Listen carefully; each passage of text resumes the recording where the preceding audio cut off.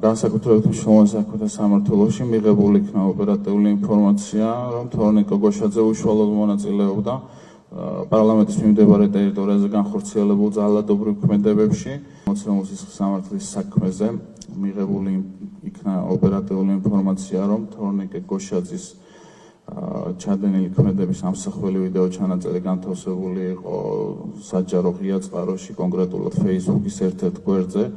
მოვახდინე აღნიშნული ვიდეო ჩანაწერის დათვალიერება, გადმოწერა და აღნიშნულ ვიდეო ჩანაწერზე ჰაბიტოსკოპიური ექსპერტიზის დანიშვნა. ინფორმაცია, რომ თორნიკე გოშაძე იმყოფებოდა რუსთაველის მიმდებარე ტერიტორიაზე და ახორციელებდა დანაშაულებრივ ქმედებას. ვისგან მიიღეთ ეს ინფორმაცია?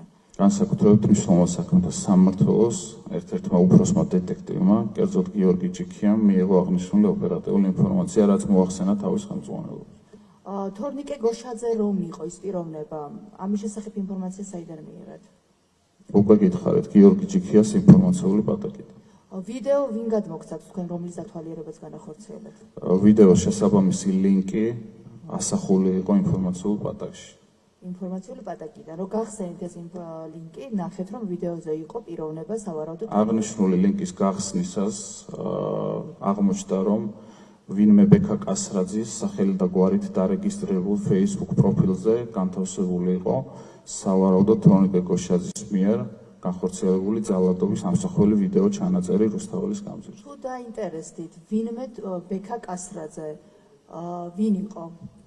დავინტერესდით, რა თქმა უნდა, თუმცა მისი იდენტიფიცირება ვერ მოხერხდა. რა გააკეთეთ იდენტიფიცირებისთვის?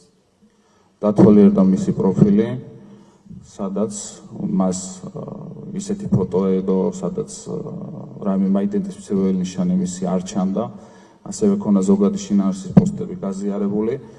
იმ მომენტისთვის, როდესაც მე ვათვალიერებდი, ბექა კასრაძისთვის მესენჯერის, ანუ მესეჯის მიწერის ფუნქცია გათიშული ქონა. სხვა რაიმე ღონისძიება თუ გაატარეთ იმისთვის, რომ იდენტიფიცირება მოგეხსენათ როგორც გამომძიებელ ცენტრალურ კრიმინალურ პოლიციამ მოგეხსენებათ თქვენი, ასე ვთქვათ, უწყება და აქედან გამომდინარე, თუ მიიღეთ სხვა ზომა გარდა იმისა, რომ დაათვალიერეთ. იმ მომენტისთვის რაც შესაძლებელი იყო, ყველა სახის ზომა გამოვიყენეთ, თუმცა ბექა კასრაძის ვინაობის დადგენა ვერ მოხერხდა. აი, რა ზომებს გულისხმობთ, რა ზომა გამოიყენეთ? ყველა ზომა. ჩამოვთვალე, ასევე შინაგან საქმეთა სამინისტროს საინფორმაციო ბაზაში მოძიებული იქნა სავარაუდოდ ბექა კასრაძეები, თუმცა ვერ დადგინდა კონკრეტულად აღნიშნული პროფილის მფლობელის ვინაობა და მაიდენტიფიცირებელი მონაცემები. ბატონო ლევან, თქვენ ბრძანეთ, რომ ცადევ იდენტიფიკაცია ბექა კასრაძის, ანუ ვინც ატვირთა ეს ვიდეო და ვერ მივწერე წერილი, ვიდრე გამორთული ქონდა მიწერის ოპციაო, ხო, სწორად გავიგე. ხო, აქ საუქმოდ დაფიქსირდეს უბრალოდ, რომ მე ამ წუთას, კი, მაქვს უბრალოდ სანამ გავსვამ შემდეგ კითხვას, საუქმოდ დაფიქსირდეს, რომ მე ამ წამს მივწერე ბექა კასრაძეს არავითარი მომენტში როგორ იყო, ხო? არა.